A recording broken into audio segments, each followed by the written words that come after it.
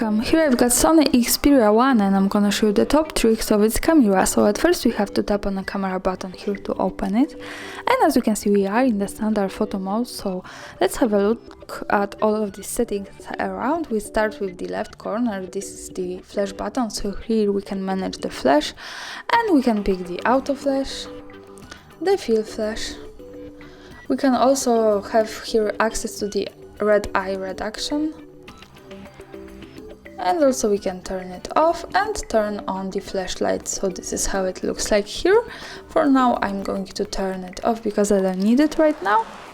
And the next one button here is the blur, so here we can blur the background of our subject like that by using this slider. So this is how it works. So this is the short to that, and by tapping on this we can easily turn it on and turn it off like that.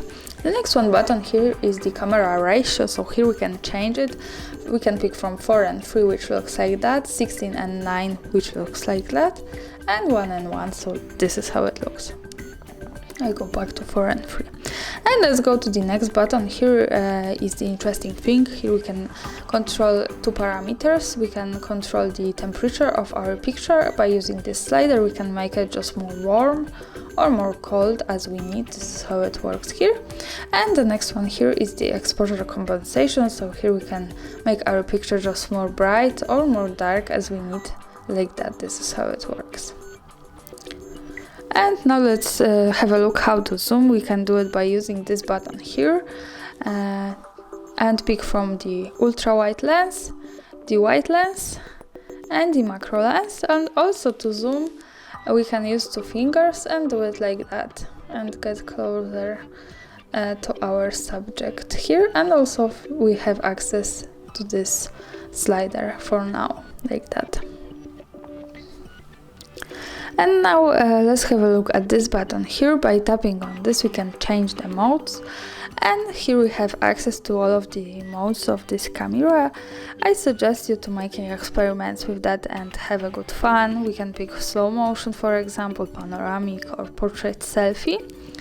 And also here we can, by tapping on this icon with the video, change it to the video mode, so this is the quickest way to do it.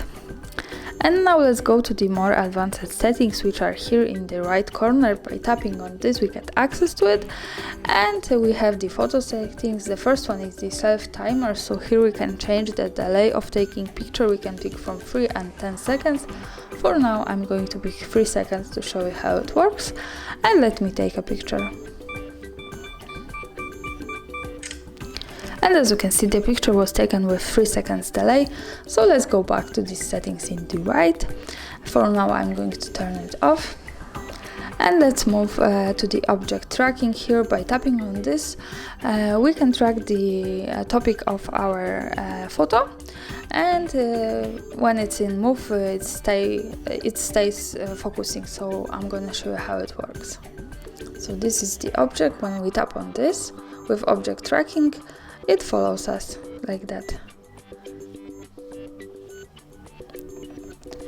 And let's go back to these settings, to the next parameter here. Also the interesting thing is soft skin effect. By tapping on this, when we take a portrait and it recognizes the face, it just makes it more soft. And let's go to the common settings now. The first one is the save location button, so by tapping on this we can turn off and turn on the location of our picture, and this is useful when we want to save the location of our photo. But the important information also is that to make it work correctly we have to be connected with the internet, for example the Wi-Fi, and we have to turn on the location of this device. So remember about these two parameters to make it work. The next one here is the touch capture. By tapping on this we can pick the capturing photo with just one touch.